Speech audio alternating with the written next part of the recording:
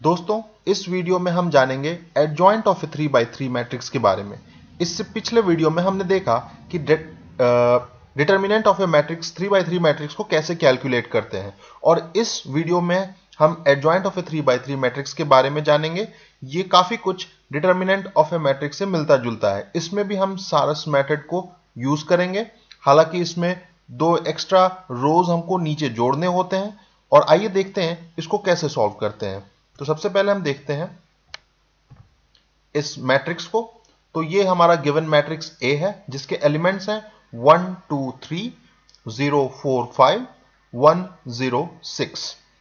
आइए देखते हैं कि इसमें कैसे सारस मेथड का यूज करते हैं और कैसे इसके रो को एक्सीड करते हैं। क्योंकि ये 3x3 मैट्रिक्स है, तो इसको हम सारस रूल और एलिमेंट्स, जो रो एलिमेंट्स होते हैं, उनको ऐड करके इसको हम 5x5 मैट्रिक्स बना देते हैं। तो यहां पे आप देख सकते हैं कि जैसे हमने सारस रूल यूज करने के लिए पहला कॉलम और दूसरा कॉलम, इसको राइट साइड में बिल्कुल वैसे का वैसा ही कॉपी करके रख लेते हैं। और इसके बाद जो रो बनती है, जो कंप्लीट रो 1 होगा और रो 2 होगा, इन दोनों रोज को कॉपी करके हम नीचे रो 4 और रो 5 बना देते हैं। तो रो 1 बिल्कुल कॉपी करके रो 4 बना दिया और रो 2 कॉपी करके रो 5 बना दिया। तो आप देख सकते हैं कि हमारे पास एक 5x5 मैट्रिक्स हो गया है। तो अब यहां पे बहुत ही सिंपल है। अगर आपके पास 3x3 मैट्रिक्स है, तो आपको बस कॉलम को कॉपी करके राइट साइड में लिखना है। इसके बाद जो रो मिलती है, उस रो को कॉपी करके नीचे दो रोज और बढ़ाने हैं। अब आइए देखते हैं आगे इसको कैसे करते हैं। यहां पे आप देख सकते हैं हमने पहला कॉलम और पहला रो छोड़ दिया है।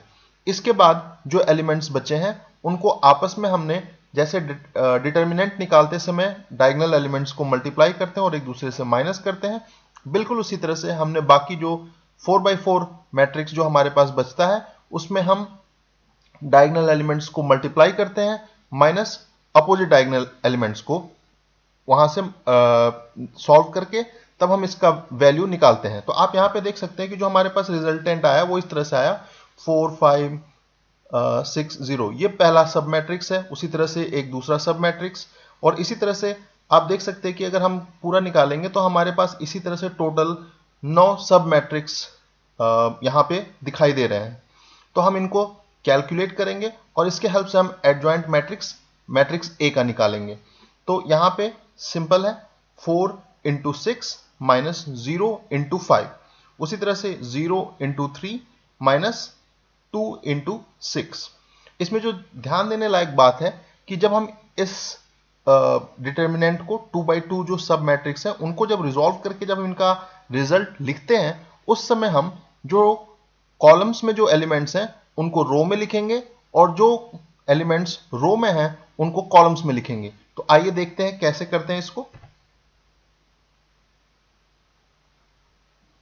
यहां पे आप देख सकते हैं कि मैंने जो एलिमेंट्स कॉलम में थे उनको रो में लिख दिया है, और जो एलिमेंट्स रो में थे उनको कॉलम में लिख दिया है, कुछ इस तरह से।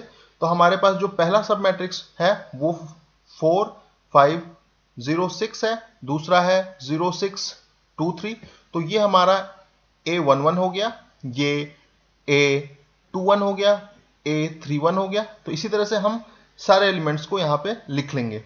अब इसको जब हम रिजॉल्व करते हैं तो हमारे पास जो बचे हुए एलिमेंट्स है वो कुछ इस तरह से आते हैं, 24 माइनस 0 0 माइनस 12 10 माइनस 12। इसी तरह से सारे सब मैट्रिक्स को जब हमने सॉल्व किया तो हमारे पास इस तरह से आया, और फाइनल जो आंसर होगा वो कुछ इस तरह से आ जाएगा।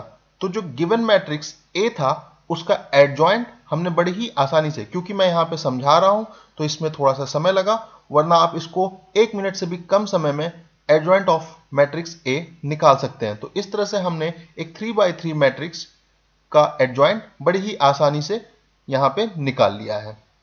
Thanks for watching and stay tuned with us for more videos.